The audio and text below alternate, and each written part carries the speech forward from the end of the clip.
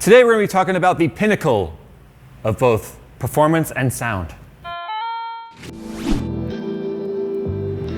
Many of us are working and learning from home during these challenging times, and Micro Center has what you need to create a seamless work or learn from home setup, including laptops, desktops, monitors, and more. For those of you practicing social distancing but need to get your daily dose of tech, Micro Center has a community forum where you can discuss and share your favorite tech, setups, and share advice, and even get help with troubleshooting from fellow enthusiasts. To learn more about how to get your essential tech needs from Micro Center and visit the community, click the links in the description below. All right, so a while back we did a video where we specifically showed how performance can be impacted with memory speeds on Intel, and I asked you guys at the end of that video if you wanted me to do one with AMD, since Ryzen was known to be a bit more picky when it came to RAM speeds, specifically with first edition generation Ryzen. We're in Ryzen 2 now, and a lot of you guys were like, yes, please do that. So I think we're going to do that today. I hope that's what we're going to do today, because that's what I'm set up for. So I think we're going to we're going to be using Windows 95 for these tests, though, because we want to use a relevant operating system. So first things that we're going to talk about here is just our tests. We're just going to use Geekbench and Cinebench.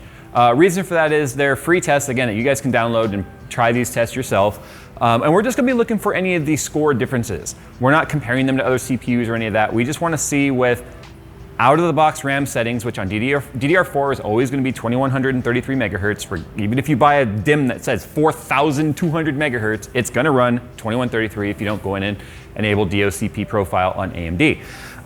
The other thing is going to be, I think we'll play with the fabric clock a little bit, or the F clock, because that's the other half of the equation when it comes to memory speeds with AMD.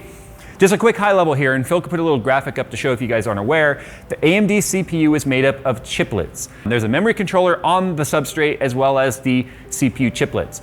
Now when the CPU is separated like it is, which is why Intel was always like, oh, they glued together CPUs, which is kind of funny because that's kind of what Intel does with their like big Xeon stuff. But anyway, moving on. When you have the CPU dies like that are separate, they've got to share the memory as well. But the F clock is the speed at which the memory communicates with each other on the substrate. So very bad explanation of it, but that's why if you go fast memory, but if you don't have your F clock set to auto or at least proportionate to your memory speeds, you can actually be losing performance because of the communication between the chiplets. But moving on, I need to actually install Geekbench. Hold on. I thought you were prepared for this, man. Come on. Me prepared? I am not Scar. I won't be prepared. Be prepared. Quid pro quo. So we're going to do testing methodology in basically 3 different phases, if you will. I'm just running out-of-the-box settings right now with the CPU kind of fluctuating and doing its thing with its precision boost, kind of controlling things. The memory is out of the box 2133. The fabric clock is at auto. And then what we're going to do is we're going to lock everything down. We're going to lock the CPU to 4.2. I'm just curious how much fluctuation there's going to be just with locking the CPU. And then we're going to do, obviously, our memory speed at our slowest, which is 2133. And then we're going to do a 3000. And then we're going to do a 3800. This memory is 3800 module CL15. I'm going to leave the stock timings. I'm still debating whether or not I want to do a timing video, because you could actually go in there and cause yourself some headaches by playing with the timings and trying to get them back to factory if sometimes clear CMOS doesn't work, like we were kind of dealing with before starting this video. Clear CMOS wasn't doing crap when this thing didn't want to boot, but we found out it was our GPU, and that's a whole different video subject. Yeah, I find timings to be not that important unless you're going for like record overclocks and stuff. But the reason why I chose 3000 is that it seems to be where a lot of the memory that's affordable today is kind of at. For the 16 gigabyte dual 8 gig sticks, they seem to be right around 3000, 3200 megahertz, so you guys can see. And then we can see what the difference is between low speed 2133 and nearly 4000 megahertz. Prediction time though, because we haven't actually done this test. I predict with Ryzen 2, which is what the 3950X is going to see marginal at best score differences between 3000 and 3800. I think we might see a little bit of an improvement from 2133 to 3000. But I think what we're kind of going to show you here too is that you don't need to spend all kinds of money on expensive RAM, which was our whole point with the Intel video. Now the other thing we did with Intel video was some gaming benchmarks which showed FPS improvement. But anyway, here's our first test with Cinebench. Let's see how this does. So we got a 9340, and then before that we had a 9330, and then another one we had a 9353. So you can see it's fairly consistent in its scores, and I mean 10 score difference here is really not something you're going to notice. We could run it 10 times to get 10 different numbers, but they'll all be within like 0.5% or 1/4% of each other, which is totally normal. Remember, there are background processes happening here. All right, so that was a 9340. Here's our baseline Geekbench scores: 1312 single core and a 12163 multi-core. Now we're gonna do only one gaming title because what we didn't expect with the Intel system was that we got like a 30 FPS improvement in like Shadow of the Tomb Raider and Far Cry 5, and we saw no difference really in Wildlands, like 1 or 2 FPS at the most. We just realized though our 5700 that's sitting on here, this is not an XT, just a 5700, is not gonna bottleneck our 3950X. So we're gonna use the same graphics card we did in those tests, which is actually the MSI Gaming X Trio 2080 Ti. And then we're gonna set it at 1080p because obviously we want to see how memory speed is gonna help the potential bottlenecking you're gonna do with the CPU. So I guess I need to swap out the GPU now. But let me say this, fanboys, this is not a 3950X gaming performance versus a, what was that, a 9900 I think we did with that? Yeah. This is not about that. I think the 9900K is gonna give you better gaming performance than a 3950X because we were running that thing at 5 gigahertz. We all know gigahertz reigns supreme when it comes to gaming. We are just looking at what memory speeds do for this particular CPU. We don't care how it performs to other CPUs. That's not the point of this video. You're in trouble. They were tight. All right, so here we go. Graphics settings were set to highest, 1080p. Our Trio is set to plus 75 megahertz on the core, plus 500 on the memory. Fans set to 100%. It's only Wednesday and it's been a long week, okay? You know what I'm trying to say. All right, well, you know, obviously we need to do all the tests now. So I already explained to you how we're gonna do it. We're gonna chart it, we'll come back, we'll talk about the differences and where the real sweet spot is gonna be in terms of memory speed and where to spend your money and such on memory.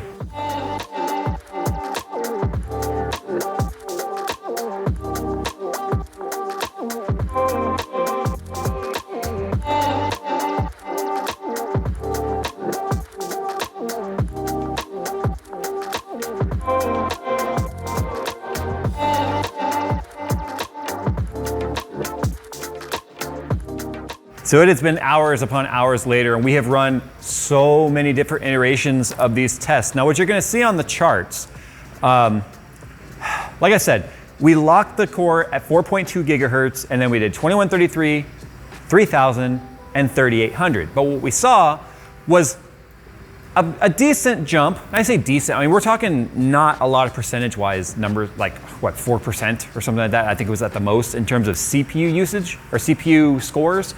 But once we went into gaming with Shadow of the Tomb Raider, we saw pretty significant increases across the board from 120 FPS all the way up to like 140 FPS with the 2080 Ti that is overclocked. So that tells us that by speeding up the memory, just like we saw in the Intel tests, increased our FPS as well, which is obviously important. But we started thinking about this. We're like, okay, RAM and the way it works with Ryzen is totally different than Intel. And we already explained the fabric clock. Now, I do know for a fact that the fabric clock running at exactly half the rate of the memory speed is where you get the most performance out of it. Now this being a DOCP of 3868 or 66, it says 3868 when you go into the BIOS. But that means that in order to actually get your F clock at half that speed, it would have to be running at 1933.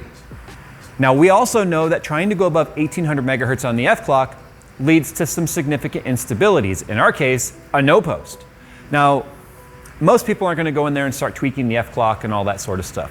So what we did just to kind of see what would happen here, because you should also never go in there and manually set your core clock for your CPU, because when you do that on AMD, unlike Intel, where the boost speeds for both all core and single core are so much higher than the base clocks and such, when you lock the core to 4.2 on any Ryzen processor at this point, although we are talking about the 3950X, the single core going all the way up to 4.7 gigahertz is now 500 megahertz limited because it can't go past the 4.2.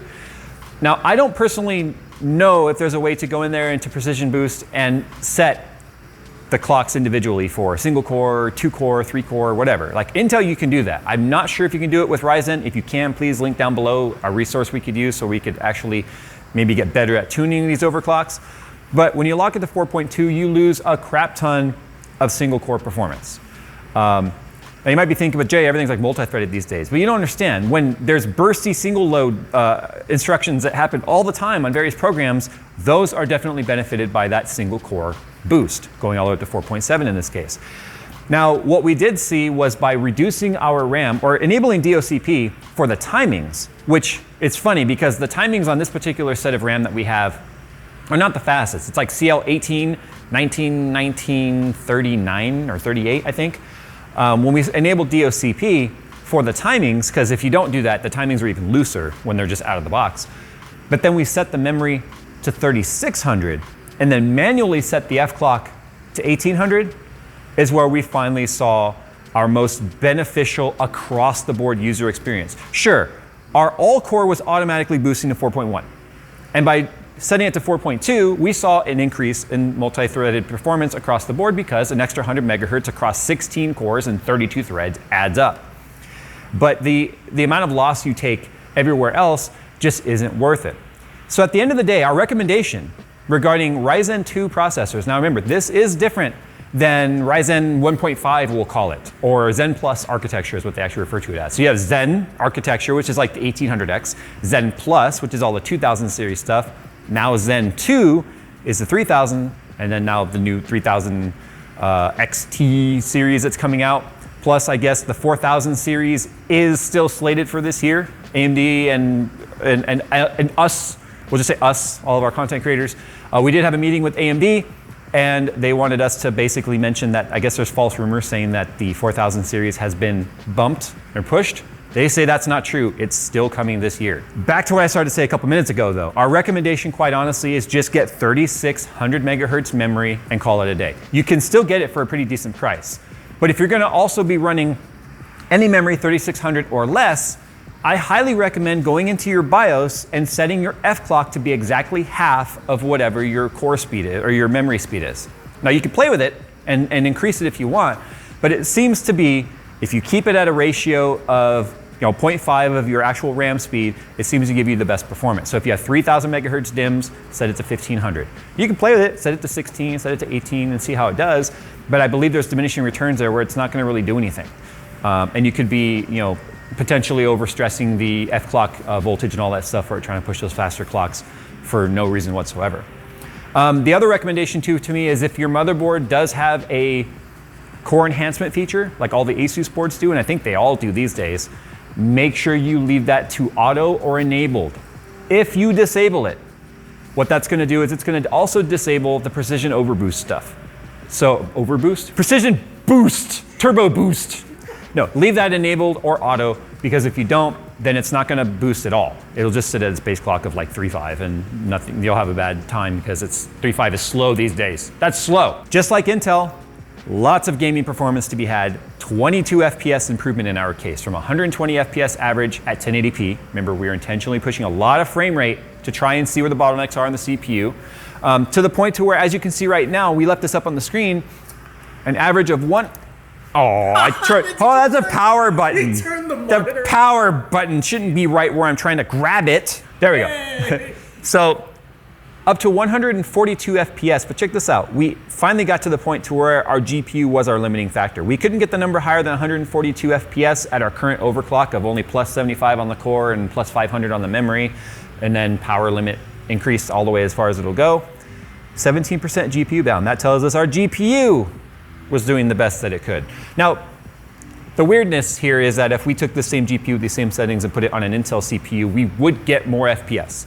And simply because of the 5 gigahertz that you could run on like Intel CPUs these days, it does make a difference. However, I challenge anyone to tell me that they can truly see a difference in a game running 142 FPS versus 150.